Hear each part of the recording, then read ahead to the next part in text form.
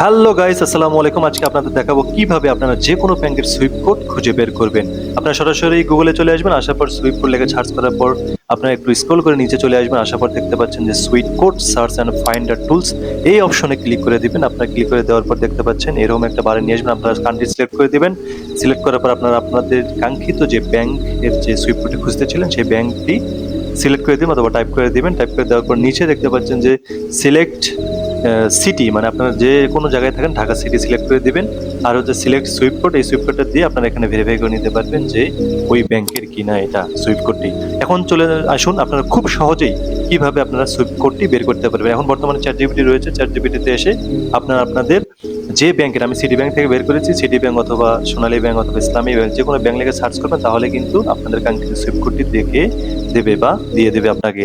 তাহলে চ্যাট জিপিটির মাধ্যমে আপনারা খুব সহজেই আপনারা এবং গুগলের মাধ্যমে কিন্তু খুব সহজে আপনারা সুইপ কোডটি বের করতে পারেন। ধন্যবাদ।